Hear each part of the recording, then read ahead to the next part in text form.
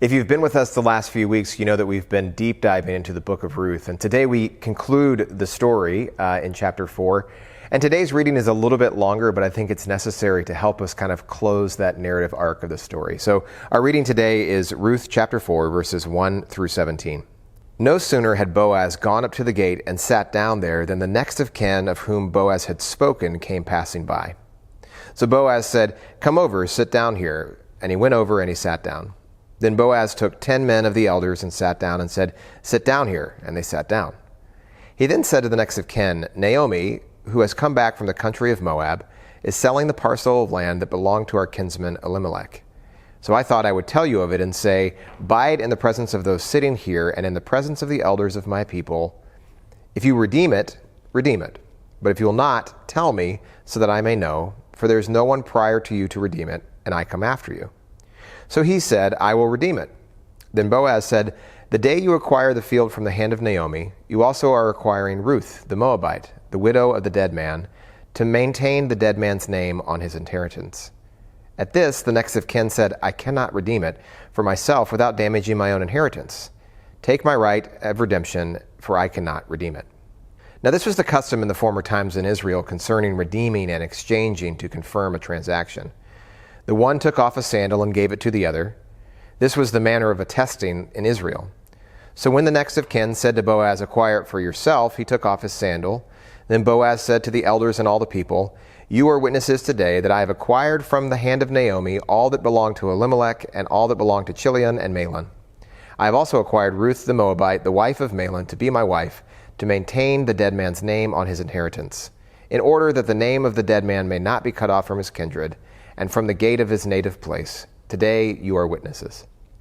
Then all the people who were at the gate, along with the elders, said, "We are witnesses. May the Lord make the woman who is coming into your house like Rachel and Leah, who together built up the house of Israel.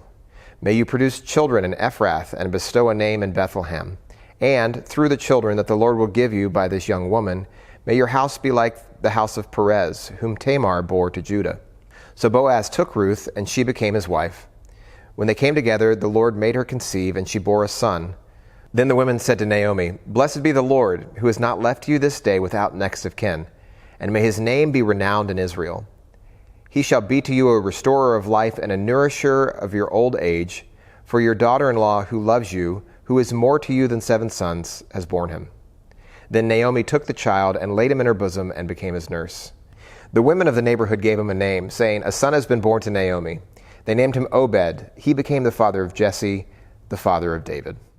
So there's obviously a lot here in the story as we sort of conclude the book of Ruth. And a couple things I want to point out. If you were with us last week, we talked about the idea of the Moabites and why there was some hesitation in Israel for folks to maybe even be connected with them.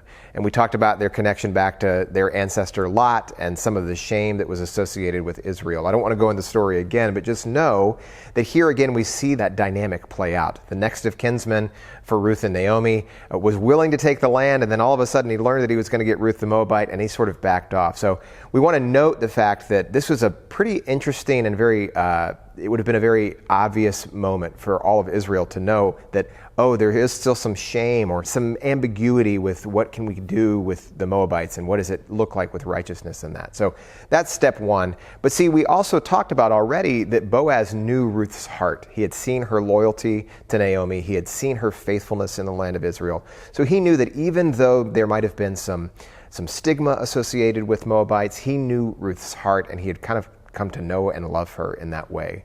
So that's that's how we culminate the story, is that Boaz then joins with Ruth, and then they conceive a son. And we see this full redemption of the story come into play. Naomi is given an heir, and so is Boaz and Ruth. And so it's sort of this whole idea that Boaz was the kinsman redeemer really comes to fruition. But we want to note a couple of things, and we talked about this in week 2, this idea that, we talked about the significance of names. And we talked about in that story that the next few generations of Israel, through Ruth and Boaz, had significant names as well. Obed means servant of the Lord.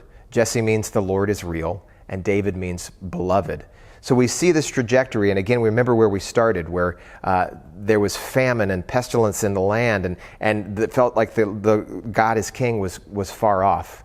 And then faithful companion, redeemed pleasantness through the swift strength of God, and then we start to see this rebuilding happening. And we end up with King David, a primary figure in Israel's history through this storyline. So we see that even though there was some stigma, there was some hesitation, there was some, I don't know about that kind of moments from Israel, God is working through that lineage. So we have King David, who is a primary figure in Israel's history. And for the Jewish audience to which this story is written, this is a fine and proper conclusion to the story. And for years and years and years, the lineage of King David back through Ruth was something that was told and was sort of remembered, even though that Ruth the Moabite was involved. But the story keeps going too. If you go to Matthew chapter 1 in the New Testament, that book opens with the genealogy of Jesus, and it tracks the genealogy all the way to David, and we have Ruth and Tamar mentioned as they were at the end of this story. But then David's lineage goes on to carry out the genealogy of Jesus. And so this constant movement, this constant trajectory of redemption keeps happening and keeps happening in a sort of a more revealing manner each and every generation that passes. So while the thing that we need to hear about this story is that while there is immediate redemption for Ruth and Naomi and for Boaz to create this sort of inheritance, this legacy, that work that God keeps doing is constantly revealing itself. And that's true for us today too. That story is still unfolding. This story is still being told. We sort of ended with this tension last week in chapter 3 of where does the story go? Where's the proper conclusion, and how do we understand the end of this story? Well, friends, the truth of the matter is this story is still being told in us and through us. At our most recent General Conference of the United Methodist Church, Bishop David Wilson spoke and gave a really great sermon. Bishop Wilson is the first elected Native American bishop in the United Methodist Church, and he preached about what does faithfulness look like, and how are we to be living and building a church or any institution kind of for the future. And he cited this Iroquois saying, the Iroquois nation, and it may be true for other First Nations peoples, but the Iroquois nation has a saying that it's called the seventh generation principle. And that is that the work that we're doing now ought to be thinking forward 7 generations ahead.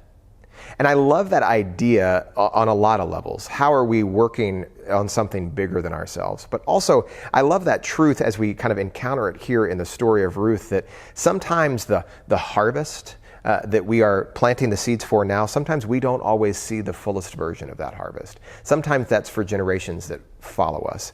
And I'm so grateful for this idea that Ruth and Boaz and Naomi and some of the characters here central to the story were plowing the fields and planting the seeds and nourishing the soil, and we are still benefiting from that harvest of faithfulness. So friends, how are we living in ways that are planting the seeds for generations beyond us, for the seeds of righteousness, for the harvest of faithfulness that will be gleaned many, many years from now? Because that's the story that we hear in Ruth, that God's faithfulness is for now, but it's also for them. And how are we living and learning and understanding how the Spirit of God is moving in our midst? And how can we be faithful, like Ruth, that faithful companion to the work that God is doing in and for us?